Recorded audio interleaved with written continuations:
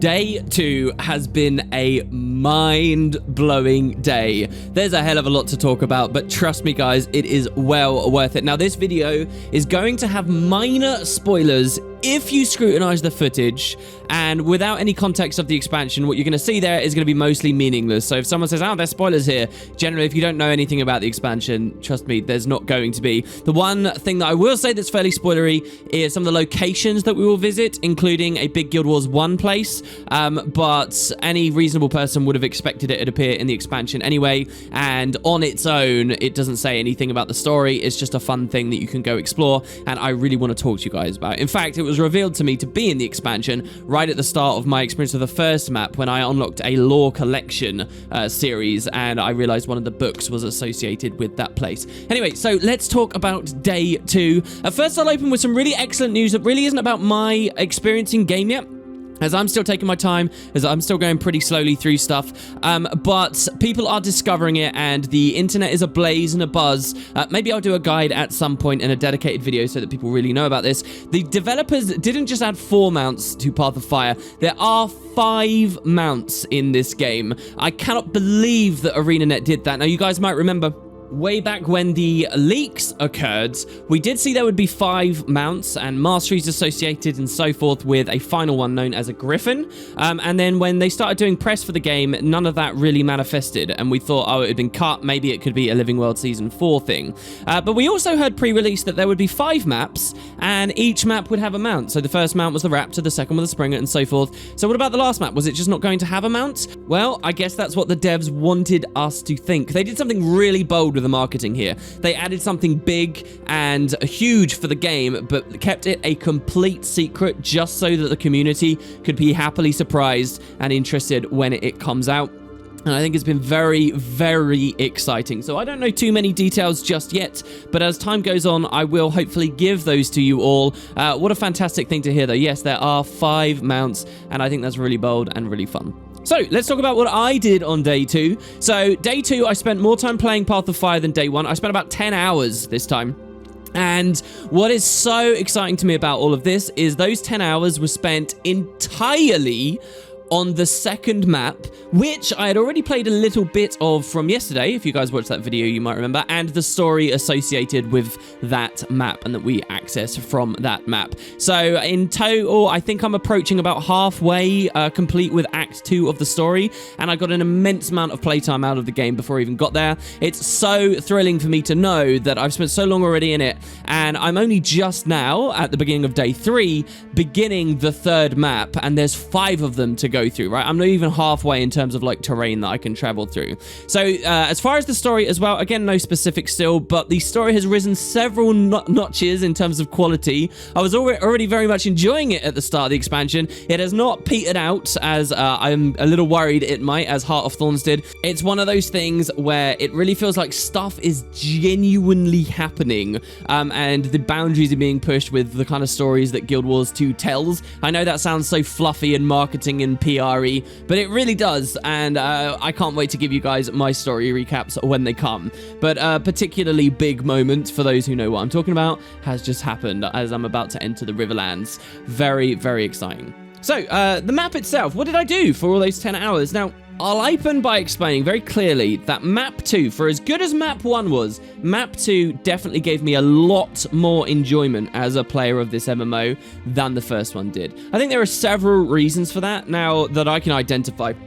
First is probably the fact I hadn't played any of Map 2 before. You know, Map 1, I'd already played a huge chunk in my original experience with it, in my later experience in the demo, in my later experience in the stress test, and then finally I get to do it. That's a consequence of doing those kind of demos and stuff, and I knew that that would affect my enjoyment when the expansion actually came out. I still think it was worth doing, but Map 2 is totally fresh. Everything about it, I'd seen snippets from trailers and stuff, but they hadn't done any live streams on those areas, and generally it was all incredibly fresh. So I think that was a huge part of why I enjoyed enjoyed this so much more.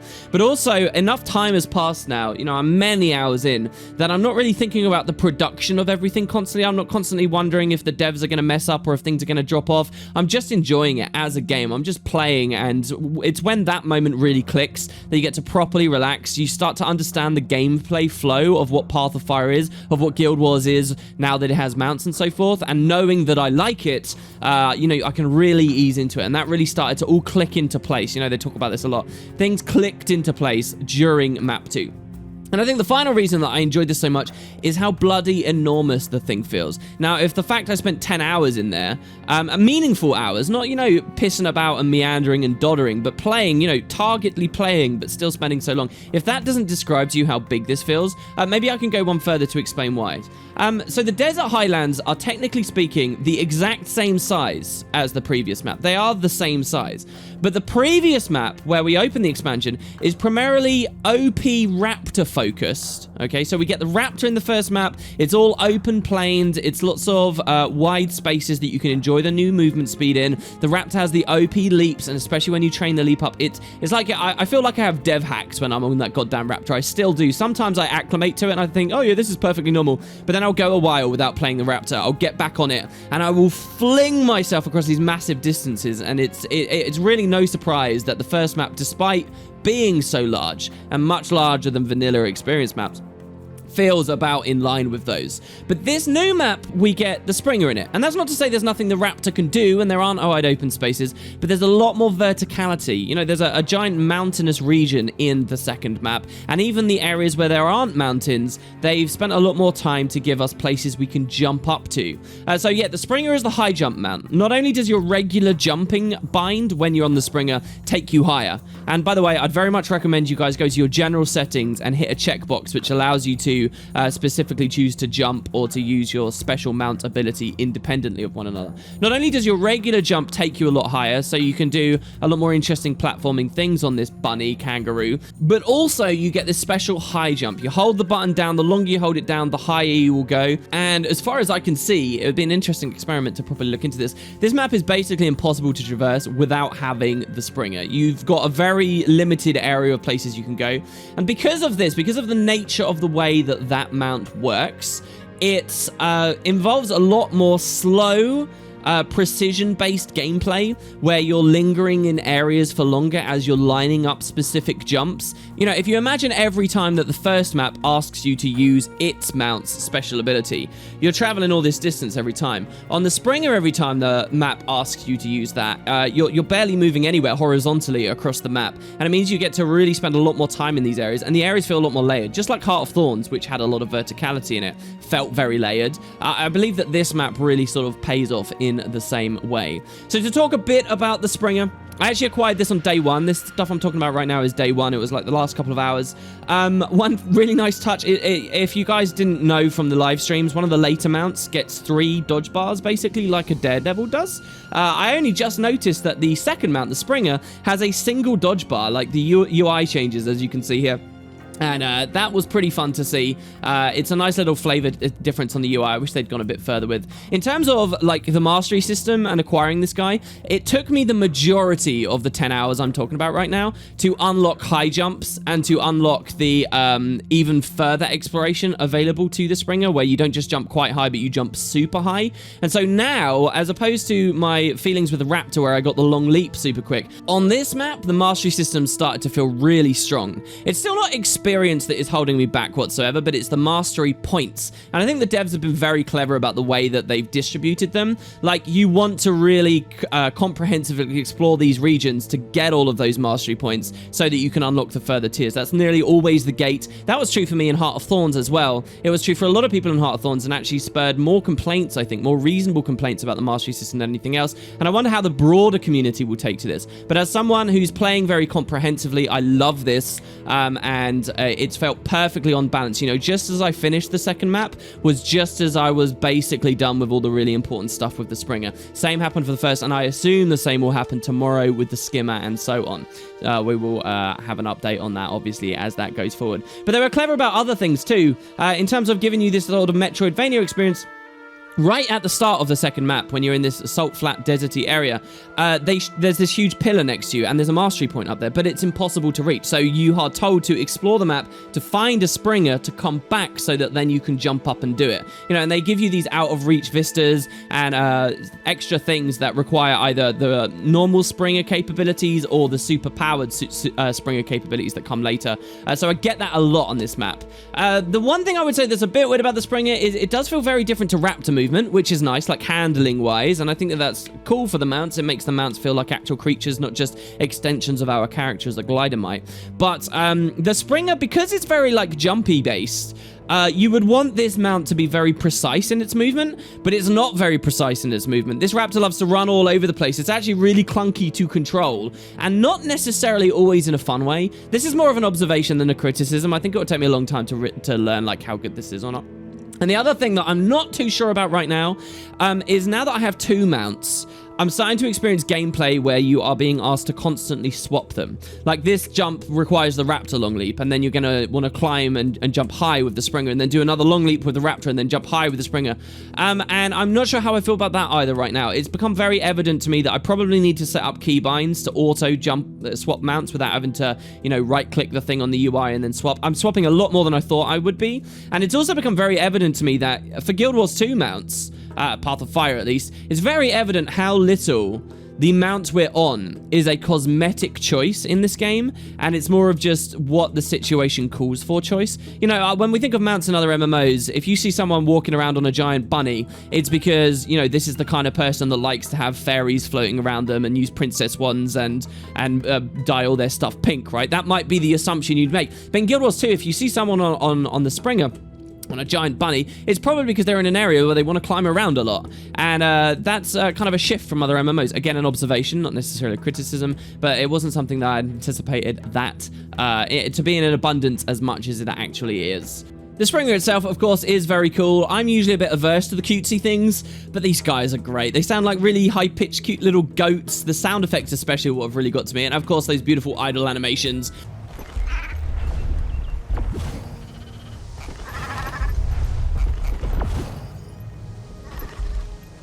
One of which you saw right at the start of this video. They're pretty astonishing, especially because there's a snowy area on this map. Getting on the Springer and riding around up there with its thick fur coat, it just feels good. It just feels really good. And I find myself using as much of it as possible just because it's new. Even when I could be on the Raptor, I'm choosing to walk around on that guy anyway, which is kind of contrary to the point I made a second ago. But maybe that's just my own neuroses. So, anyway, back to the map. This one has a lot more climbing and precision movement, so it slowed you down a lot. But the other thing that slows it down too is this fact you're swapping mounts. And I don't mean in a clunky way, as I just described, but because you might climb up something, then get off the mount to swap to the Raptor, and then do the jump, and then get off the Raptor to get back to the Springer. Because there's a lot of that, and combined with the fact if you're in combat, you can't remount, there's been a lot more on-foot gameplay here. And it's actually amazing how well Path of Fire has encouraged people to do fighting in the open world. You know, you're constantly running around interacting with these caches and opening stuff, or getting hero challenges, or communing with mastery points. There's all kinds of things you're running around pressing F on, gathering stuff, and so frequently that does mean you're getting attacked. Like, I think as a broad thing they've done in Path of Fire is most of the time if you interact with something, it spawns some mobs around that, just like we saw in Bitter Frost Frontier with the berries, right? And then they're going to attack you, you can't remount, and you really do want to fight them so that you can move on. Not only that, but they do a lot of damage. So, for a very tangible example for you, there's an area where you're climbing these Harpy cliffs, and the Harpies will just start range attacking you. You'll be in combat when you get off the mount, and you're going to be fighting. It's very different to the first map, and it really has meant that in some ways this map has given me more cause to actually fight and not just run past mobs than I've even experienced in like Heart of Thorns in 2012 Guild Wars 2. So it really slows the exploration down, but in a fun way, because, you know, I'm unlocking a new elite specialization as I go. The enemies are using new stuff as I go. I'm in new places. If just the experience of combat can be declared as a grind in Guild Wars 2 and a nuisance to you, I would suggest you probably don't like Guild Wars 2 at its heart. But I do enjoy Guild Wars 2 at its heart, and I like getting off and fighting these things when it's all new and fresh for me. And so that's been nice. Adding finally on top of all of this, the fact that the story instances on this map also allow you to double up in those regions and do a ton more things after your initial map completion and so on. It's that you really get to spend time in each area, and finally that big map size that Path of Fire was aiming to deliver. I'm feeling it. Right here in the second map, I'm feeling it so much more than the first, and that kind of explains all my playtime. So let's talk a bit about the map itself. I want to give you guys an impression of my exploration through this place and share all the things that really struck me. So you start in the Salt Flats.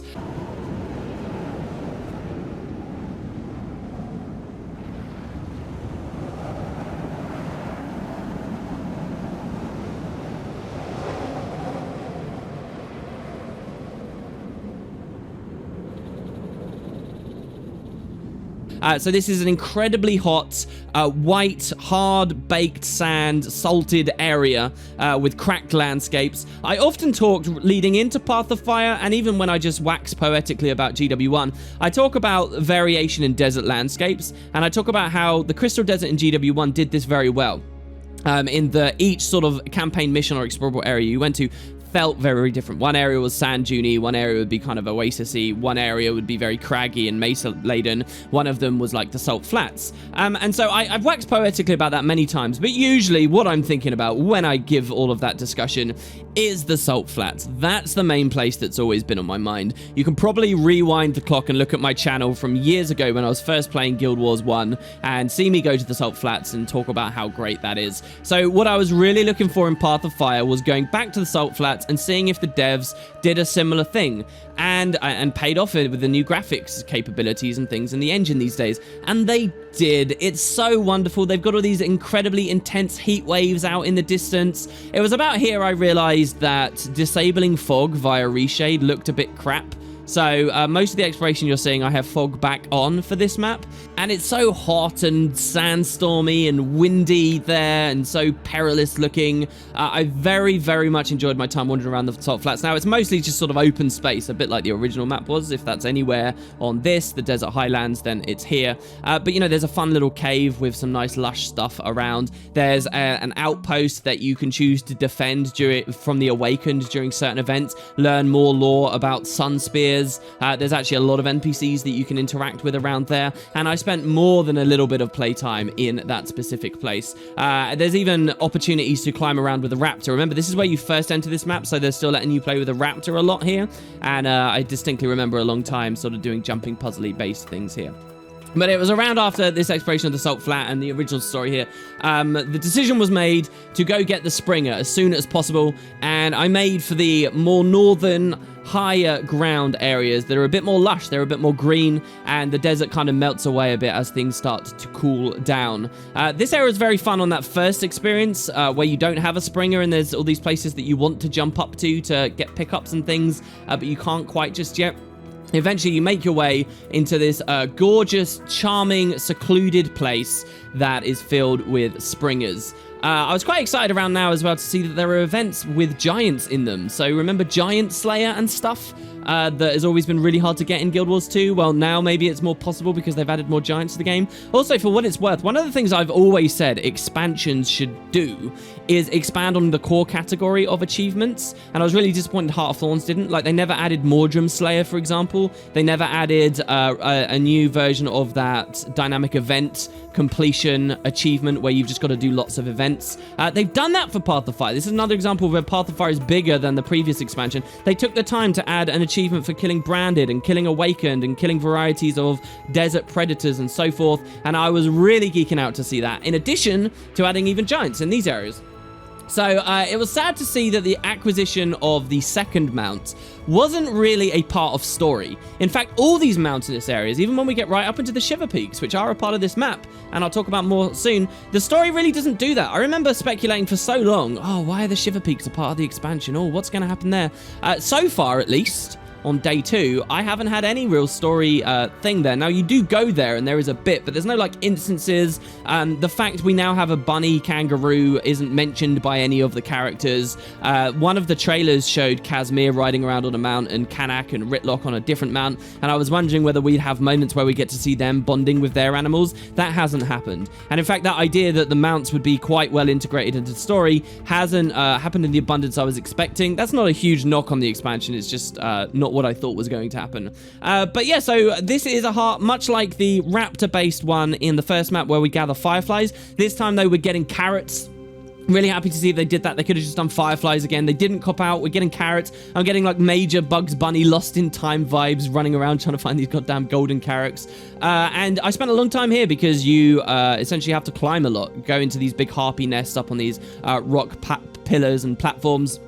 It's also fun to see the harpies. It was at this point I really started to appreciate that even old mobs have new abilities now. So that there's like harpy spell breakers, and one of them absolutely devastated me, as at this point I was still quite a novice weaver and I didn't have many traits or new abilities to help me in that sort of front-liney role. But yeah, you see all the harpies are even doing new things. They're even more annoying than ever, and that's good because I think harpies should be annoying.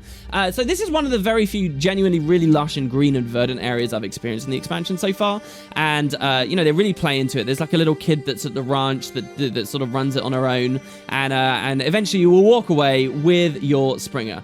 On heart completion as well, for what it's worth, I bought like a new mini. I think it was a mini Springer that I got here, which I was running around with. I've been doing that at every heart in the expansion, buying all the recipes that I can. Generally making sure I do events as I explore so that I've always got enough trade contracts to use the heart vendors. I've actually found the way that they've balanced the items so far to be very good, in that I'm just about keeping my head above the surface. I've just about got enough items to buy all the stuff I want at each heart before I then go and get to the next heart and have new stuff to buy. But on my way there, I did more events and so I'm just about keeping my head above the surface, and I think it's balanced reasonably well for how slowly I've been playing and how much I've been trying to extract. So this is about, for what it's worth, the end of day one. Those were the extra few hours that I spent in day one. This is about where I ended up. Starting day two, I think at this point I may have changed up my Fashion Wars 2 game. I probably started changing my build, started running privateer runes. I actually started playing a fresh air Ellie build, a Weaver build, sorry, where I was doing as many lightning strikes as possible, because of course you can double proc the lightning strikes now on air attunement. So I ran runes of air and a sigil of air, and I ran as much air lightning strikey stuff as I possibly could. But I started playing with all the different combos: dagger focus, scepter dagger, a dagger main hand as opposed to sword main hand has been interesting to look at, and I'm really starting to get into the role of it. I still feel quite weak on the Weaver, I genuinely do, but maybe it's just the fact that I haven't looked into a lot of the traits and things just yet, and I haven't got those. It still felt incredibly rewarding getting those hero challenges for whatever, and that has not bottomed out just yet at all. It's a big dimension of exploration for me that I thoroughly enjoyed. So moving on, day two, one of the first places I ended up finding my way to was a cave and another heart. This was the Choya cave.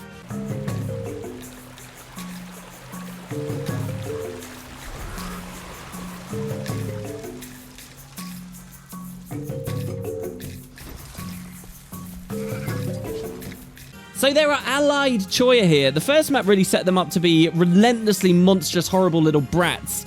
But here we actually get some nice ones. There's a chief, there's like a cook. What's so fun about this cave, they've got this beautiful music running, which I'd heard in the soundtrack many times before it came out. It's nice to see where they'd actually used it. What is so beautiful about this is how hilarious it is, in that you can't actually communicate with any of these Choya, right? The game is comfortable with really playing with like a scout NPC, so you get this instead.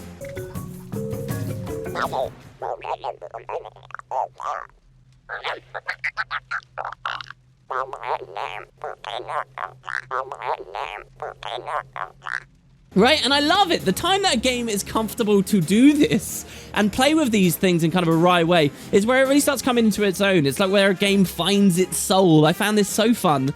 There's another NPC as well that you can talk to and get some similar dialogue. And the contrivance of the heart is that you don't know what to do. And that's something all Guild Wars 2 players have experienced at some point. You go to a heart, there's nothing to kill in the area, and you just want to be brain dead and kill stuff. We all know that. We've all got to that point at some moment in our playtime.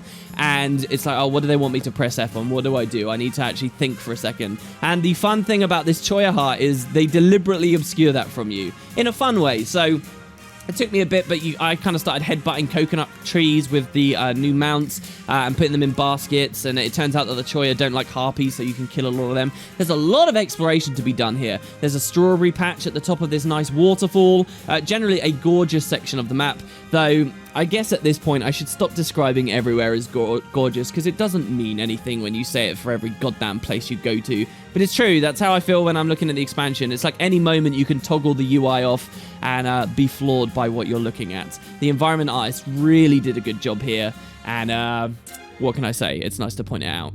Here I also noticed, by the way, that there's another new gathering material when you harvest from wood. So you can get granite from harvesting mithril and orichalcum and stuff. So you can get reeds from chopping down trees and stuff. I've also seen some other fun new items. I saw a sunset jewel at one point. Black diamonds are dropping. Oh, they're all associated, of course, with the new stat sets. Kind of this expansion's equivalent of ebony orbs and things which were associated with Marauder's stats back in Heart of Thorns. And again, that's all stuff that helps the new expansion to feel really fresh, in addition to all the lore you get on the junk items and so on. So moving on from here, I somehow found my way going south and to a coastal area where a river sort of comes inland. This is way down at ground level, at water level. I was fairly directionless as I came here, and to be honest, looking back, this section of the map, and that's the clip I opened this video with, I can't really remember what I did here, but I spent a long time here, and I felt thoroughly rewarded for having spent a long time here. But we're kind of locationally behind the pyramids that you're first looking at when you fly in on the airship at the beginning of the expansion. They do this thing where there's these massive urns in the water. You swim inside and look up inside the hollow shells, and there's this gorgeous like geode structure here. This is another location where you clearly need a skimmer to be able to acquire stuff. I figure that it's probably quite hard for the devs to do this, to make an environment that you need a skimmer to get to. But you can't allow, they have to find some way to stop people who can glide from doing it, or people who have even the 5th mount, I suppose, from doing it. I suppose you'd have the skimmer by the time you get that anyway, so maybe it doesn't matter. But the idea is you have to use the skimmer to go inside the narrow entrance of this jug, and then you can sort of hop up on the inside. On the inside as well, there's another one of these sand portals. There's lots of these around. These are kind of the Path of Fire equivalent of Ebonhawke Wallows, in that I'm seeing them a lot, and I'm like, oh, I want to be able to go in that, but it will have to happen much later. So yeah, you get these giant urns. There was also another one out in the water, a very small one, whose purpose would only be revealed to me a little bit later. What I did find interesting in this area of the world is you can get lots of stuff, but there is a single point of interest you cannot. So, in Heart of Thorns, there were lots of things for map completion you could not get unless you had appropriate masteries. So, and there was a lot of that at launch. There was a lot of mastery getting to get map comp. So you couldn't map comp Verdant Brink until you'd been all the way down to Tangled Depths maybe, or whatever. I don't remember exacts anymore. I realized with Path of Fire that they don't do that so much. But here there is one small example. There's a point of interest you can only get once you have been forward in the story and gone to the Riverlands and obtained the 3rd mount and come back. So I don't actually have map completion this time, just because there's one point of interest here that they stopped. That's not a criticism. Again, it's an observation.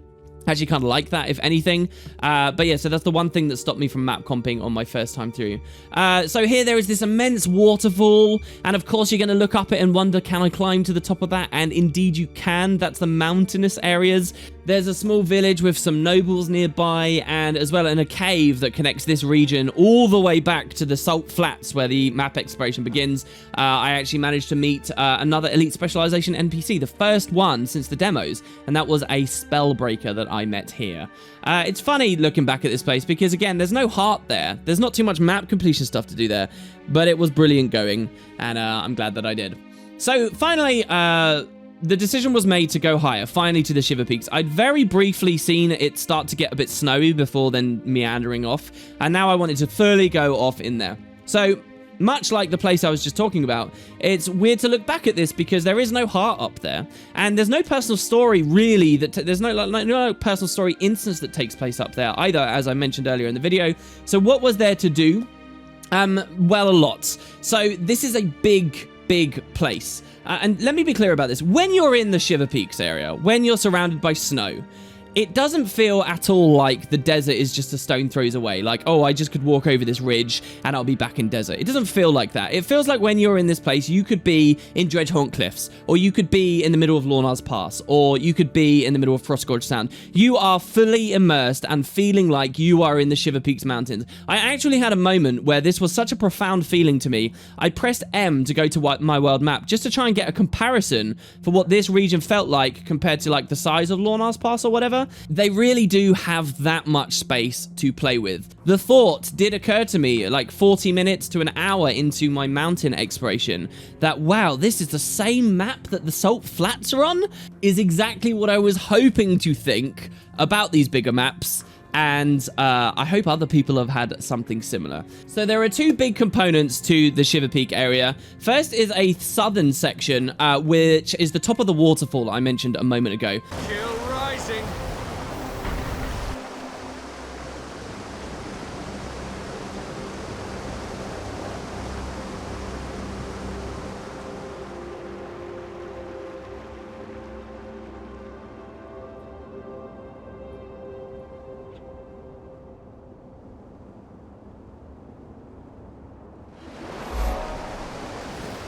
It is truly gorgeous. There's a massive temple there. You guys saw it in the trailer. I would say the trailer does not do this place justice, and you've got a few choices of what to do. You can explore inside the temple and try to gather some chests and get a mastery point, though I think it wants you to have the super springer jump at that point, which I didn't have. There's also some diving goggles, which you can put on and fall all the way down to the earlier place, at which point you can try to land into one of the smaller urns that I'd mentioned before, and you can get an achievement. Doing this was quite interesting because it reminded me of the lack of waypoints on the new maps. So I had the advantage of playing with someone else. So when I jumped down and I got the achievement, I just TP'd to a friend all the way back up. But if I didn't have that, I would have had another huge amount of playtime actually re-exploring and going all the way back up because I hadn't unlocked any waypoint up in the Shiverpeak section just yet. And that would have made the map feel even more enormous, but I kind of bypassed that using TPs to a friend. So yeah, truly gorgeous, very jumping puzzle influenced design as you go inside that temple, and you get to fight Jinn and you get to experience different varieties of enemies. Like this struck me as well. This map has lots of new desert stuff and Path of Fire stuff, but when you start moving north, you find Pinnipals and Arctoduses and all those old 2012 creatures. The enemy variety is off the charts. I think if I was a totally new Guild Wars 2 player, I would be really thrilled at how many different forms of mobs this MMO has. And, you know, like there's grubs in certain areas of this map. There's branded, obviously, as you go to branded sections. Pretty much most things that you can think of have got a logical place to be. And they've really looked at all the assets that Guild Wars 2 has and making use of them, which is very nice. So that was the southern area. Also near the southern area is kind of a large mountainy place where you can climb very high. And there's kind of like a hidden jumping puzzle type section up there with gusts of wind that threaten to blow you off and griffins that threaten to knock you off.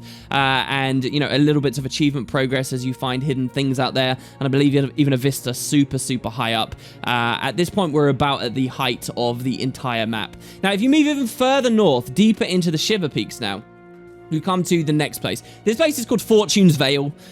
This is a nod to a cut piece of content that was going to be added to World vs. World many years ago that the devs got really far into development of, but then ultimately moved away from. And we, the community, discovered via data mining and exploration of maps through a tool called Tyria 3D that I did some videos on a long time ago. I've always been a really big fan of Fortune's Vale and what it could have been. Fortune's Vale, much like the Path of Fire maps, was going to be a really big map.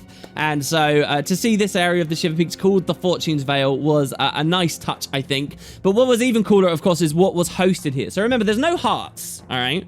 But this place is a giant abandoned dwarven mine, because don't forget, we're kind of moving into the Deldrimore front here. And the Priory are investigating this mine. So the outside of this place is stunning. There's all these intricate woven mine carts and railways. It feels like a big grand entrance that you'd find in any kind of single player RPG. There's all these little cubby holes and little niches you can walk into. And you can even go into a bit of a complex where you can see that the Priory have set up temporary rooms. There's a chef you can talk to and ask him why he's not wearing any chef clothes. And you can listen to ambient dialogue and hear about Norn, who are upset about the cold and have spent too long at South Sun and so on. It's way too cold here. Good thing there's so much coal around to burn, or I'd freeze. Aren't you a Norn? Don't Norns like the cold? Well, yes, but I also like the heat as much as anybody. I think you spent too much time researching in South Sun. Hey, there was a lot of important work to do there. But eventually you can actually go inside the mine too. Out the front of it, you hear that there is a Priory group that is stuck deep down below. and they haven't liaised for a while, so people are worried that they might be at risk. They might have died. They might have succumbed to any kind of dangers down there. And so you can go explore inside. Now, in here, though this is not a heart, and though there's no personal story here, there is an enormous adventure awaiting beyond. Basically, the idea is that the dwarves dug too deeply, too greedily, and they hit lava. Makes me think of Minecraft immediately. And the Priory are trying to discover what secrets they can. So as you descend into this complex, you really start going very low. Ultimately, you will find a small group. They are still alive. Roban, the dwarf from Living World Season 3, is here. And my initial entry to this place, I will point out, was not through the main entrance or any of this. I actually just fell through a hole in the ceiling. I was just exploring the Shiverpeaks regularly, and I fell into this chasm, and this entire adventure was just thrust upon me. And when I say adventure, I don't mean the system adventures. I mean, you know, just the experience of exploring this place, which was also very fun, that we had the potential of finding this place emergently and organically like that. I remember specifically a streamer playing Guild Wars 2 at launch in 2012, and this person was blown away in the Wayfarer foothills, because right at the start, if you guys remember, one of the early hearts in Guild Wars 2, you can fall through a hole in a ceiling and you land in a little gruel cave just below, and then you can go do this. And I remember someone being blown away by this and loving it. And now just imagine what they would think of Guild Wars 2 of today, where you have these enormous environments with this huge crack in the land that you fall into this deep-ass dwarven mine. And there's this whole narrative about what's going on there.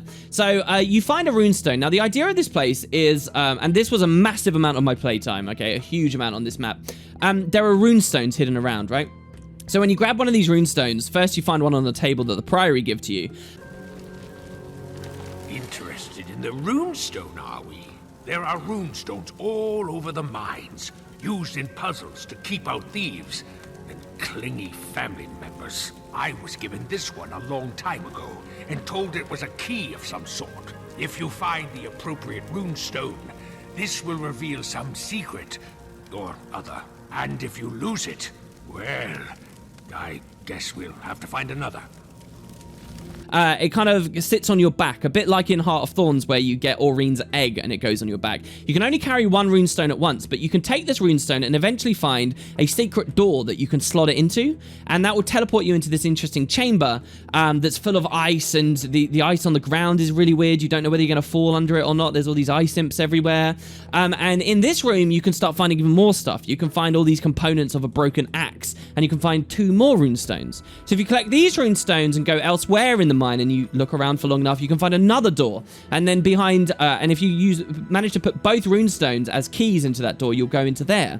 And then there's a whole other load of places where you can rebuild another weapon, and there's all these other runestones, and you're kind of zigzagging around in this kind of puzzle adventure to find your way deeper and deeper into the mine, until eventually you're in this dark spidery room, and then beyond the dark spidery room, you get through this like ultimate door at the bottom with 4 runestones. This took me a long time to do. I made the mistake of using a teleport to a friend in the middle, and the devs had thought people were going to use that to cheat, so it sort of reset my progress and I had to go back again.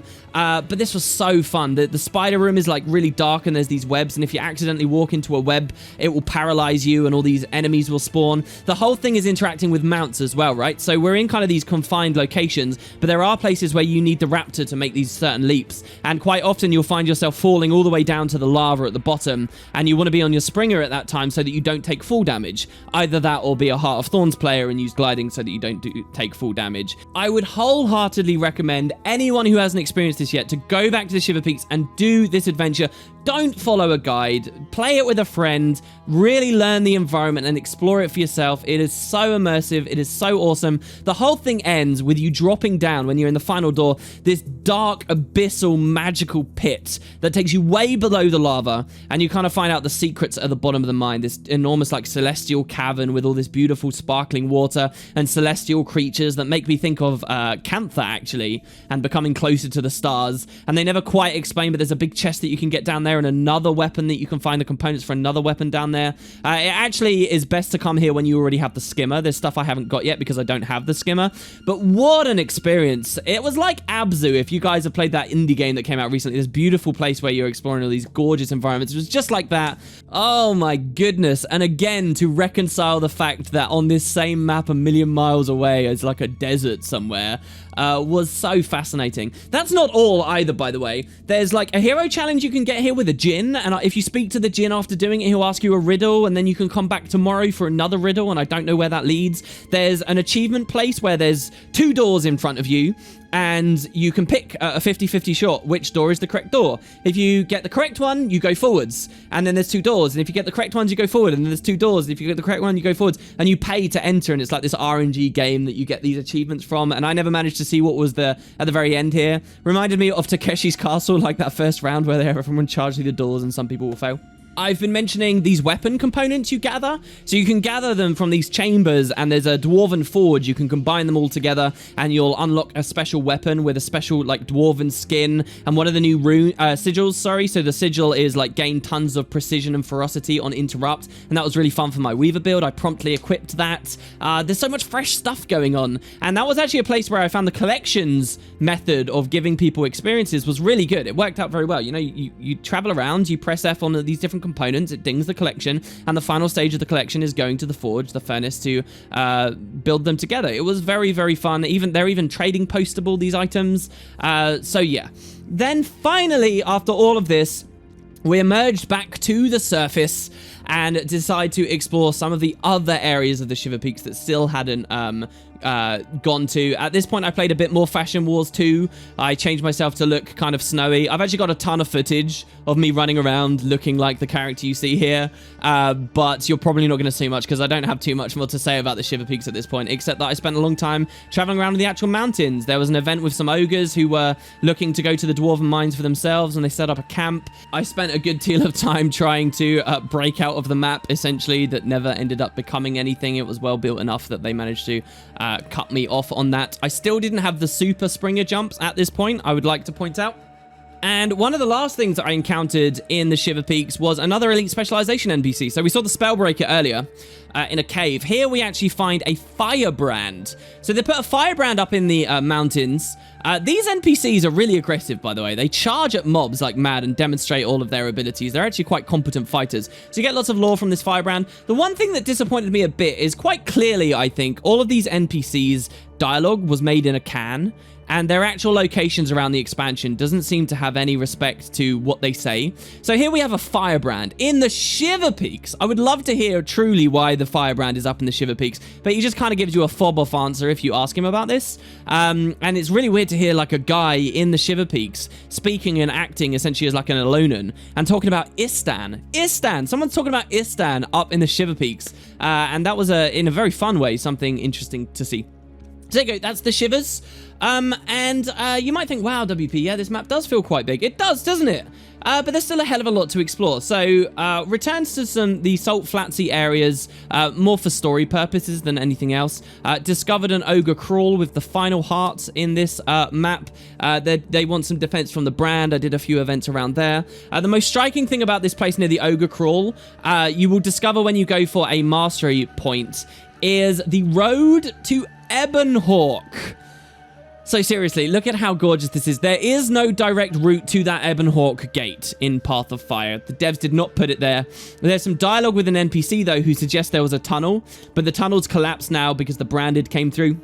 And lots of people had tried to dig their way through, but it wasn't possible. I feel like the dialogue is kind of a tongue-in-cheek reference to all the development efforts it might have taken to get this extra map as well, like a 6th map into the expansion, just for the fairly arbitrary purpose of connecting the 2 regions of the world. I do hope we get this, though, at some point. In Living World Season 4, come on, give us a map where we can walk through here. It was really fun to see the other side of that gate, though, and to see it as well with the Path of Fire graphical capabilities and kind of environment design we see. You got this really beautiful high road running alongside this waterway. This made me so happy. It eventually leads you to the crawl and the brand beyond. So exploring northeast just a little more came another unfogging of the map, revealing that everything I've talked about so far in this video is only about 66% of everything we can explore. Seriously, there was so much more to be done. These were more branded areas. And this is where we get to, you guys will remember, always in Guild Wars 2, if you pressed M and you looked at the map, you see that giant brand scar where we always thought Kraukatorrik had been hanging out. So this is where you get to head here. I have to say that the brand here, I don't think impressed me as much as I was hoping it would have. Like, I would have hoped that this would be like really high level, really dense meta events and dangerous branded stuff going on, because this is like where Kraukatorrik came to roost. This is where the second novel ended. I was really hoping for more. And as impressed as I've been with the brand in the expansion, it didn't quite go far enough, I think, here. But of course, as well, north of it, and Glint's Lair, which I'll save a lot of discussion for when we start talking about story. But north of it is the Tomb of the Primeval Kings.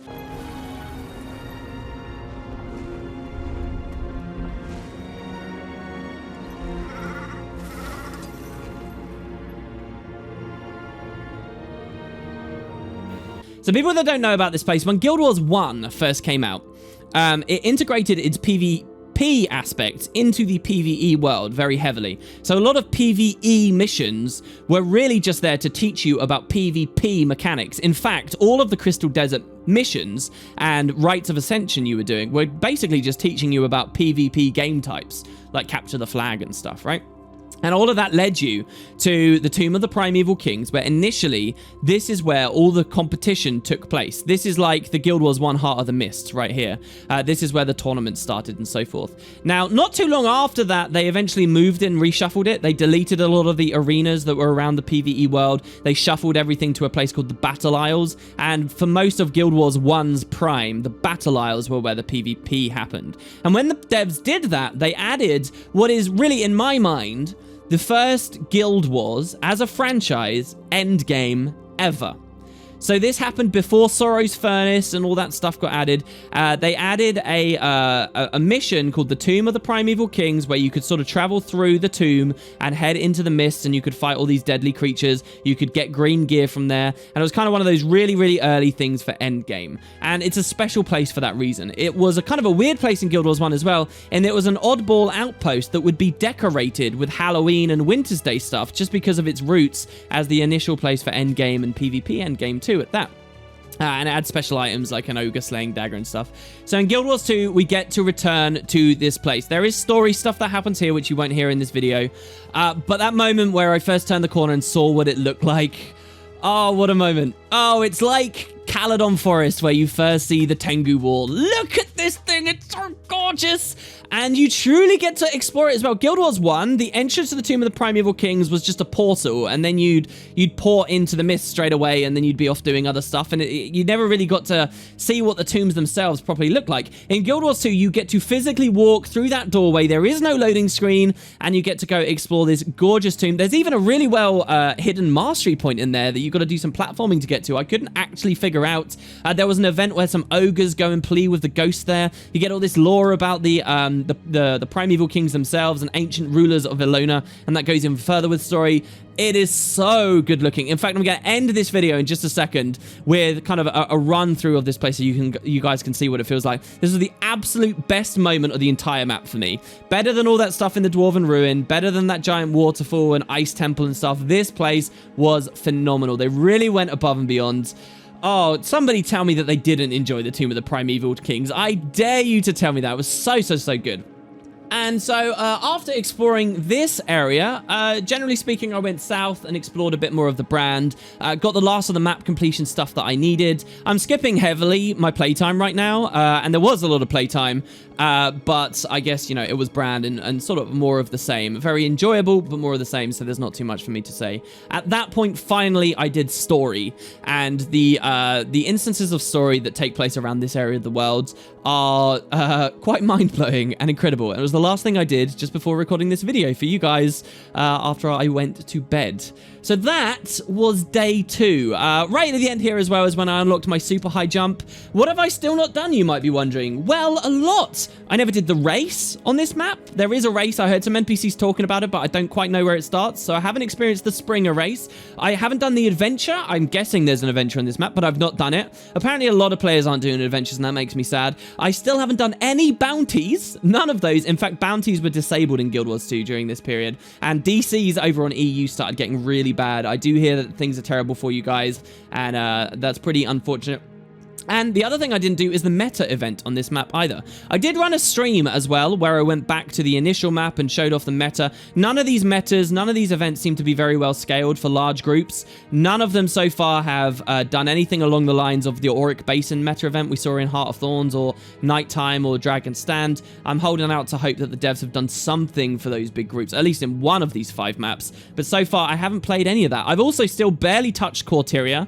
And I've not touched any standard endgame things. I've not looked at fractals, PvP, world versus world. I've not raided. None of it. Elite specs seem a bit broken on the balance end right now. Some of the scaling mechanics are where like you get stat conversion. So if you convert power into precision, for example, that should only do power from your gear, but it's doing power from all sources right now. And it's blowing builds out the ass. There's like 40 plus, 45, 50k plus DPS builds going on. Firebrand, I think I saw a video where someone was hitting 90k burn ticks, realistic buff scenario.